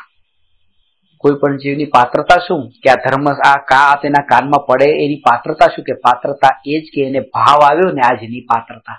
કારણ કે આ ભાવ કશાયની મંદતા વગર ન આવે સાંભળવાનો. ઉલટું એ કે કોઈ સંભળાવે તો પણ કે એનામાં નથી સાંભળવું, બસ આ એની અપાત્રતા. પાત્રતાનો અર્થ જ એ કે એને સાંભળવાનો ભાવ આવ્યો. જયારે આપણે કહેતા કે આ કેટલું જાણે છે ને કેટલું સમજે છે ને કેટલું કઈ જાતિ છે ને કયું કુળ છે ને કેવો વેશ છે ને કેવો ભેષ છે ને કાંઈ નહીં, સાંભળવાનો એને ભાવ આવ્યો છે બસ. તો એ આ પ્રવેશ દ્વારમાં અંદર આવવા માટે થઈને અધિકારી છે, પાત્ર છે. કારણ કે સાંભળવાનો ભાવ એ વિશુદ્ધિ છે અને ગુરુની દેશના કે ભગવાનની દેશના એ દેશના છે. તો 5 લબ્ધિમાં ક્ષયોક્ષમ, પછી વિશુદ્ધિ અને પછી તરત જ દેશના કીધી છે. દેશના માટેની આ 2 રિક્વાયરમેન્ટ બતાવી હતી. એને 5 ઇન્દ્રિયને મન હોય અને કશાય ભાવ પાતળા હોય, એટલા પાતળા કે સાંભળવાનો ભાવ આવી જાય. એટલે ઘણી વખત ખરા પ્રશ્ન પૂછે કે જયારે કોઈ વ્યક્તિ ઉપર, વસ્તુ ઉપર કે ઘણી વખત એટલો ક્રોધ આવી જાય તો એ ક્રોધ સમયે શું કરવું? તમે અમને ટૂંકી ચાવી બતાવી દો. જયારે એ ક્રોધ તીવ્ર આવે ત્યારે શું કરવું? કઈ નથી ઉપાય એનો ઉપાય નથી. કારણ કે તીવ્ર હા, ગુરુનું પ્રવચન સાંભળ્યું હોય તો તત ક્ષમતા ભાવ આવે, કોઈ 2 શબ્દ પણ યાદ કર્યા હોય તો ક્ષમતા ભાવ આવે, ભગવાનના દર્શન કરવા માટે મંદિર ભગવાનની સામે બેસી જઈએ તો પણ ક્ષમતા ભાવ આવી જાય. પણ એ કરવાનો પણ ભાવે આવવો જોઈએ ને જયારે ક્રોધ આવે ત્યારે. એટલે તો એ ક્રોધનો તીવ્ર ઉદય છે. તો તીવ્ર ઉદયમાં તો કઈ ન થાય. એક જ કામ થઈ શકે કે જ્યારે ક્રોધનો ભાવ ન આવતો હોય ત્યારે પોતાને એટલો પોતે તત્વ વિચાર કરીને સાંભળીને દેવદર્શન પૂજા ભક્તિ જે પણ પરિણામ કે જેના અંદરના સ્વરૂપ સુધી લઈ જનારા એવા પ્રકારના ભાવથી પોતાને સ્ટ્રોંગ કરી દે કે જ્યારે સિચ્યુએશન સામે આવે ત્યારે પોતે તે સાવચેત થઈને રહે, સાવધાન રહે. એ થઈ શકે છે પણ આવે ત્યારે કઈ ન થઈ શકે. અને જે કોઈ કરવાની કોશિશ પણ કરે અને રોકી પણ દે તો એટલું જ સમજવું કે એ ક્રોધના ભાવને એને અંદર દબાવ્યો છે, આગળ જઈને ભડકવાનો છે. કારણ કે દબાયો કઈ ને કઈ. બહુ ગુસ્સો આવતો હતો અને કોઈ એને એક વસ્તુ આપી દીધી, લે ભાઈ હાલે આ વસ્તુ લઈ લે, તો એનો ક્રોધ બંધ થઈ ગયો. બંધ નથી થઈ ગયો, દબાઈ ગયો. જેવી એ વસ્તુ એની પાસે લઈ લેશો ત્યારે છે ને અત્યારે જે આવે છે એનાથી પણ વધારે ક્રોધ આવશે. કારણ કે અત્યાર વાળો ક્રોધ તો અંદર પડ્યો જ છે, પછી ત્યારે ડબલ ક્રોધ છે. આ વસ્તુ પણ કેમ લઈ લીધી તમે? પેલા તો બીજી વાતથી ક્રોધ હતો, આ વસ્તુથી પણ ક્રોધ આવશે. પેલા કારણ ક્રોધનું કોઈ બીજું હતું, એ કારણ તો ઉભું જ છે પાછું હજી. આ તો વસ્તુના કારણે એ દબાઈ ગયેલું છે કે જેના કારણે આ ક્રોધ શાંત છે અત્યારે. એટલે કે જ્યારે પણ તીવ્ર ક્રોધ હોય ત્યારે આપણને ક્રોધ બંધ થાય તો એમ નહીં સમજવું કે ક્રોધ ગયો. એ ક્રોધ તો બહુ ખતરનાક રૂપ લેવાનો છે. એક જ ઉપાય છે કે જ્યારે ક્રોધનો ભાવ ન હોય ત્યારે તત્વ વિચારના બળે તે પોતાને એટલો દ્રઢ કરે. ભવિષ્યમાં ક્રોધ આવવાનો જ છે એમ નહીં, આવે પણ ખરો ને ન પણ આવે, પણ ઉપાય તો એ છે કે પોતાને પ્રોટેક્ટ કરીને રાખે. જે પોલિયોના ટીપા પીવરાવા 5 વર્ષથી નાના છોકરાને હવે ન પીવરાવે તો શું થાય? કે ન પીવરાવે તો કે ભવિષ્યમાં કે બધા જેને ટીપા નહીં પીધા બધાને પોલિયો નથી થવાનો, અને જેને પોલિયોના ટીપા પીધા એને હવે ભવિષ્યમાં એ રીતે હેન્ડીકેપ નહીં જ થાય એની પણ ગેરંટી નથી. એ છે કે પીધેલા છે એ બચવાના છે, નહીં પીધેલા નથી જ બચવાના એવું નથી, પણ ઉપાય તો એમ જ છે કે ભાઈ પીવા જોઈએ. આ એમ કે પ્રિકોશન છે. તો એવી રીતે પ્રિકોશન કે ભલે ભવિષ્યમાં તમારી કેવી સ્થિતિ આવે, કેવા ઉદય આવે, કઈ નહીં, પણ પહેલેથી પ્રિકોશન તો રાખવું કે પહેલેથી ત્યાં તત્વના સંસ્કાર ને તત્વના વિચારના બળે પોતાને એટલો સ્ટ્રોંગ કરીને રાખો. અને એ જ કે ઘણી વખત તમારી સામે કોઈ થોડી પણ ભૂલ કરે તો તમને એટલો મોટો ગુસ્સો, વધારે ગુસ્સો આવી જાય. ઘણી વાર બહુ મોટી ભૂલ કરી હોય તો પણ ક્રોધનો ભાવ ન આવે. તો જ્યારે તત્વના વિચારના બળે પોતાને સ્ટ્રોંગ કર્યો હોય તો સામેની જે ઘટના છે તમને એટલી અસરકારક ન લાગે. અને જ્યારે તત્વ વિચારનું બળ એટલું ન હોય ને સામે ઓછું પણ કઈ સામે નિમિત્તમાં આવી ગયું તો પણ અહીંયા અંદરમાં આપણને ઘણું મોટું નિમિત્ત લાગતું હોય. એટલે બધું પરિણમન અંતર્મુખ છે કે આપણે અંતરમાં કેવી રીતે છીએ. બહારના તો નિમિત્તો ઉપર ખાલી આપણે આરોપ જ નાખીએ છીએ. એટલે આમાં ખાસ વાત બતાવી કે ક્યારેક તો મંદ રાગ થાય, ક્યારેક તીવ્ર થાય. આ બધું તો ઉદય અનુસાર છે. ત્યાં કદાચિત સંઘની પંચેન્દ્રિય પર્યાય પામ્યો ત્યારે મન વડે વિચાર કરવાની તેને શક્તિ પ્રગટ થઈ. વળી તેને કોઈ વેળા તીવ્ર રાગાદિક થાય છે તથા કોઈ વેળા મંદ થાય છે. હવે ત્યાં રાગાદિકનો તીવ્ર ઉદય થતા તો વિષય કષાયાદિના કાર્યોમાં જ પ્રવૃત્તિ થાય છે, તથા રાગાદિકનો મંદ ઉદય થતા બહારથી ઉપદેશાદિનું નિમિત્ત બને અને પોતે પુરુષાર્થ કરીને તે ઉપદેશાદિકમાં ઉપયોગને જોડે તો ધર્મ કાર્યોમાં પ્રવૃત્તિ થાય, તથા નિમિત્ત ન બને વા પોતે પુરુષાર્થ ન કરે તો અન્ય કાર્યોમાં જ પ્રવર્તે, પરંતુ મંદ રાગાદિક સહિત પ્રવર્તે એવા અવસરમાં ઉપદેશ કાર્યકારી છે. અહીંયા જો કે નિમિત્ત જે મળ્યા છે ને, હવે એ નિમિત્તમાં પણ જે પરિણામ થાય છે, પરિણામ તો પોતાની ધારા અનુસાર જ થાય છે પરિણામ તો, પણ એમાં એ આરોપ મૂકે છે કે આના કારણે આમ થયું, આના કારણે આમ થયું. હવે જેવો પોતાનો મૂળ હોય એવા પ્રકારના એને ભાવ આવે અને ઘણી વખત સામે ગમે કોઈ પણ એવી રીતે ભટકાઈ જાય તો આપણે પૂરું કે આના કારણે આમ થયું, સવારમાં આનું મોઢું ક્યાં જોયું. વાત એ છે કે આપણે પોતે જ અંદરમાં એટલા બધા કષાયોથી પોતે ભરેલા હોઈએ છે કે ત્યારે આપણે કોઈ નિમિત્ત શોધતા હોય કે કોના ઉપર હું આરોપ કાઢું, કોના ઉપર સીધું નાખું કે આનું મોઢું સવારે પેલા જોયું હતું.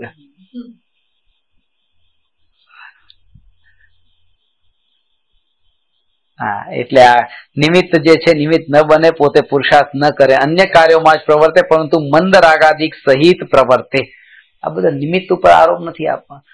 ખરેખર તો એ છે કે પોતાનો અંદરનો જે ભાવ છે એ સામેનું નિમિત્ત કંઈ પણ પોતાનો ભાવ છે એ ભાવને લઈને એ નિમિત્ત ઉપર આપણે આરોપ આપ્યો છે. એક જગ્યાએ છે ને ભગવાનનું મંદિર છે, એમાં 3 મૂર્તિઓ છે અને એક ભાઈ એક મૂર્તિ પોતે લીધી હતી એવી રીતે ત્યાં ભગવાનને બિરાજમાન કર્યા હતા. એ મને હંમેશા કે એ મૂર્તિમાં મને બહુ ભાવ આવે છે, ખરેખર બહુ ભાવ આવે છે. ત્યાં ભગવાનની કંઈક ને કંઈક વાઇબ્રેશન એવા સ્પેશિયલ છે ને. વાઇબ્રેશન કઈ નથી કીધું, તમારો પૈસો સ્પેશિયલ છે, બીજું કઈ નથી. આ મારા આપ્યા પછી પણ તમને ત્યાં લાગ્યો મારા ભગવાન. ત્યાં તમે વિતરાગી રૂપે જો તો પછી બધા જ વિતરાગી છે ને, એકમાં થોડું વધારે વિતરાગ ને એકમાં થોડું ઓછું વિતરાગ થોડું છે, અને એક જ સરખી એવી 3 છે, પણ કે આમાં વધારે ભાવ આવે છે. એ ભાવ ત્યારો નથી, એ અંદર એ નિમિત્ત ઉપર જોર નહીં આપો. અહીંયા અંદરનો જ તમારો ભાવ છે ને એ ત્યાં તમે આરોપિત કર્યો છે, ઘટિત કર્યો છે. એટલે છોડ્યા પછી પણ ત્યાં એ ભાવ રહી ગયો કે આ મારા ભગવાન. એ ભાવ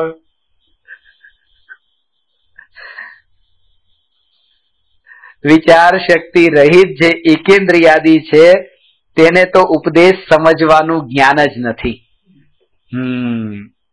તથા તીવ્ર રાગાદી સહિત જીવોનો ઉપયોગ ઉપદેશમાં જોડાતો નથી. માટે જે જીવ વિચાર શક્તિ સહિત હોય તથા જેમને રાગાદિક મંદ હોય તેમને ઉપદેશના નિમિત્તથી ધર્મની પ્રાપ્તિ થઈ જાય તો તેનું ભલું થાય અને એ જ અવસરમાં પુરુષાર્થ કાર્યકારી છે. એની ભાવનાને ઝંખના હોય ને તો એને એવા પ્રકારના ઉપદેશનું નિમિત્તપણું પણ સહજ એવી રીતે મળે.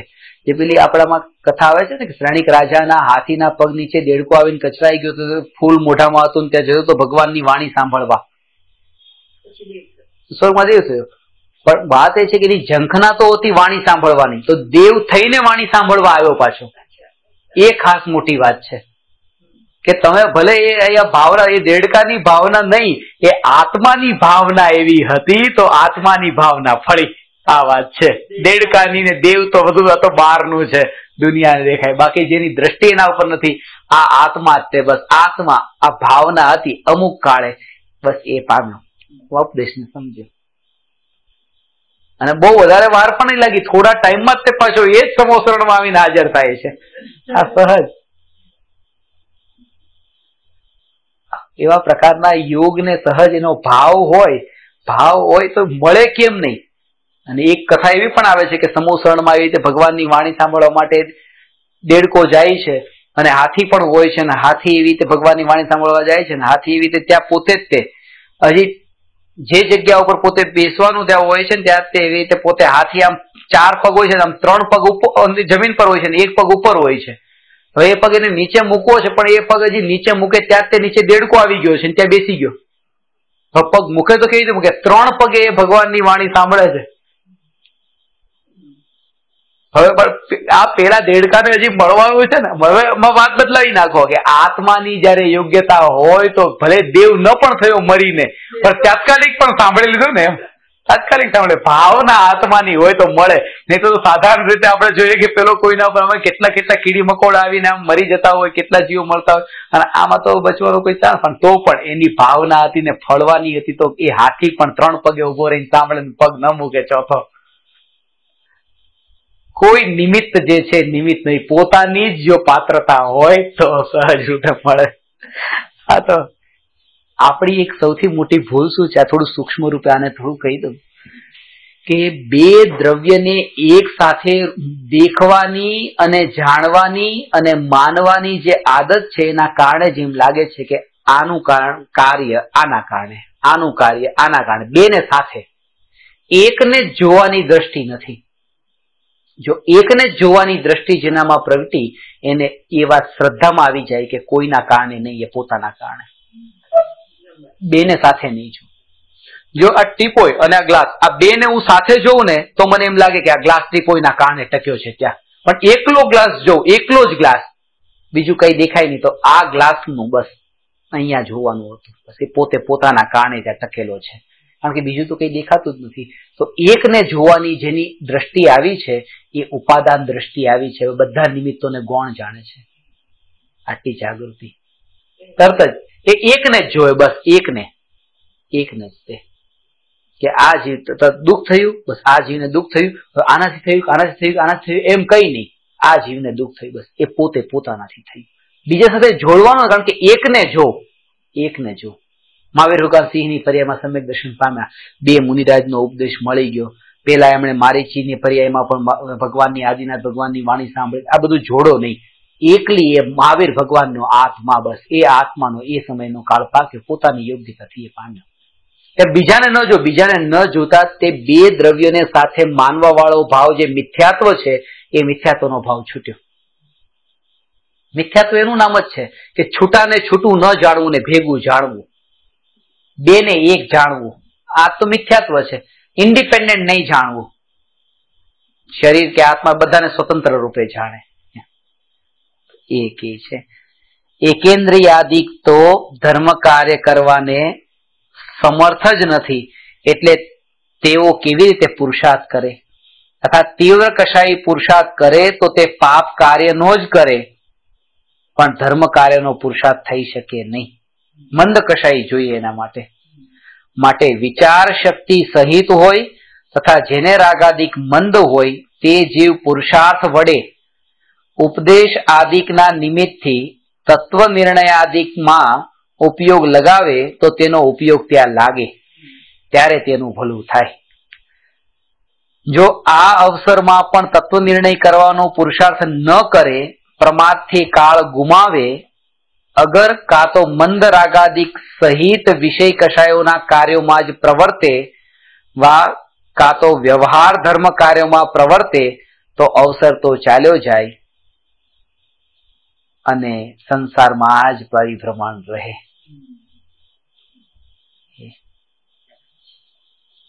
એટલે કે જેવું જો એને આવો સદનિમિત્તનો યોગ મળ્યો છે તો એનો સદુપયોગ કરતા એને આવડવું જોઈએ.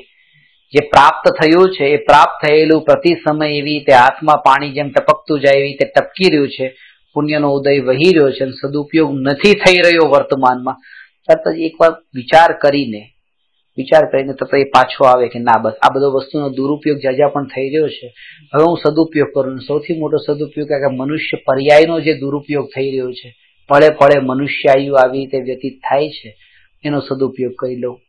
એને કહે છે કે આ અવસર ચાલ્યો ગયો, સંસારમાં પરિભ્રમણ જ ચાલુ રહે.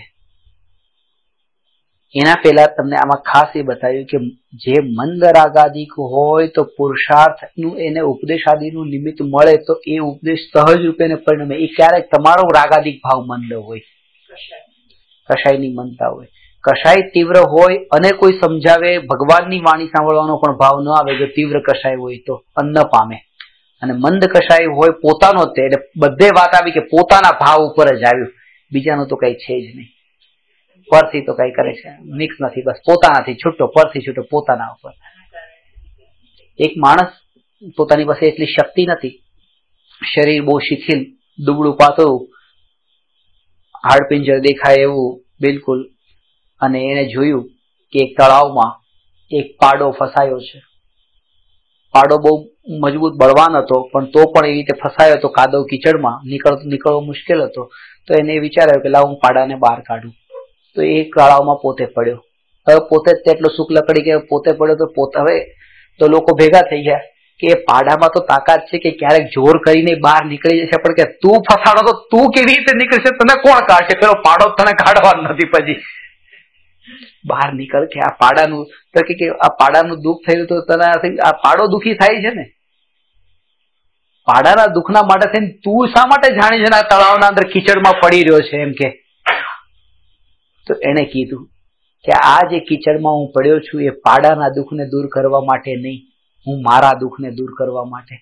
કારણ કે જયારે મેં એને આમાં પાડાને આવી રીતે જોયો ફસાયેલો ત્યારે મને દુઃખ થયું, અને એ દુઃખ મારે હવે દૂર કરવું છે, એટલે હું અંદર પડ્યો છું.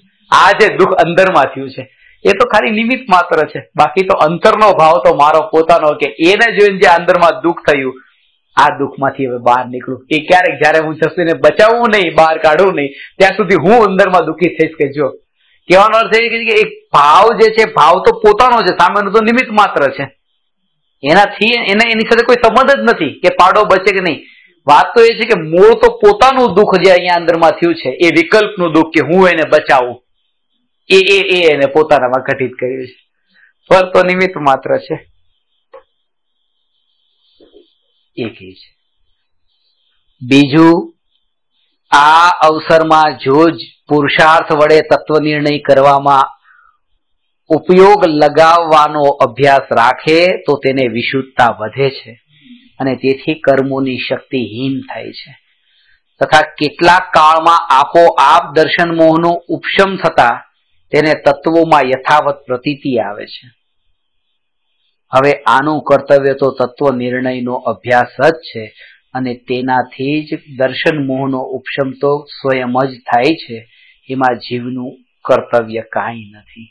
એ સહજ અવસ્થા છે કર્મની, બાય પ્રોડક્ટ એ સહજ એવી રીતે એમ જેમ અંદરમાં અહીંયા થશે, પરિણતિ પલટાતી જશે, કર્મના ઉપશમ ઓટોમેટિક થવા લાગશે, કર્મ ઓટોમેટિક નષ્ટ પણ થવા, નિર્જરા પણ પામવા લાગશે. એમાં કઈ કરવાનું નથી. અંતરનો પુરુષાર્થ છે એ જ પોતાના હાથમાં છે. એ કીધું. તત્વ નિર્ણય શબ્દ જે વારંવાર વાપર્યો છે એનો એ છે કે આ તત્વ વિચાર જે કરીને તત્વનો નિર્ણય અંદરમાં દ્રઢ થાય છે. વિચાર કરીને અને બધા દ્રષ્ટિકોણથી એ વિચાર કરે છે, બધા દ્રષ્ટિકોણથી. આખા જીવનને એક સાથે આમ જોવે કે હમણાં થોડા ટાઈમ માટે આમ સુખ મળ્યું, પાછું દુઃખ, પાછું સુખ મળે છે, પાછું આ દુઃખ, એ બધો વિચાર કરે તો આખા જીવનને પોતે નીચોવીને પોતે સમજી લે કે શું છે. મારી પાસે એક સરસ મેસેજ આવ્યો હતો કે જિંદગી જે છે એ શેરડીના સાંઠા જેવી છે કે માંડ થોડીક ખાધી હોય મજા આવે ત્યાં પછી ગાંઠ આવી જાય, પાછી થોડી એ ગાંઠ નીકળે, પાછી થોડી શેરડીનો સાંઠો આપણે ચાખીએ તો માંડ મજા આવતી હોય ત્યાં પછી વચ્ચે ગાંઠ આવી જાય. એવું છે કે આ સુખ આવ્યું, સુખ પછી પાછું વચ્ચે આ દુઃખ, પછી દુઃખ પછી પાછું સુખ, દુઃખ પછી સુખ, એ વચ્ચે વચ્ચે એવું આવતું જ રહે છે. પણ આ બધામાંથી નિચોડ કાઢી લે કે આ બધું દુઃખ જ છે, એને પણ હું સુખ માનું છું, એ પણ દુઃખ છે, દુઃખ તો દુઃખ છે જ તે, કારણ કે બધું કાલ્પનિક છે, કાલ્પનિક છે. એ વાત અહીંયા કીધી. આ પછી આવતી વખતે વિસ્તારથી લઈએ છીએ. આ દર્શન મોહનું જે કર્મમાં ઘટિત કરવાનું છે ચારિત્રમાં, ત્યાં ટીક કરીને રાખજો. ના બીજું નમો અરહંતાણમ નમો સિદ્ધાણમ નમો આયરિયાણમ નમો ઉવજ્જાયાણમ નમો લોય સૌવસા.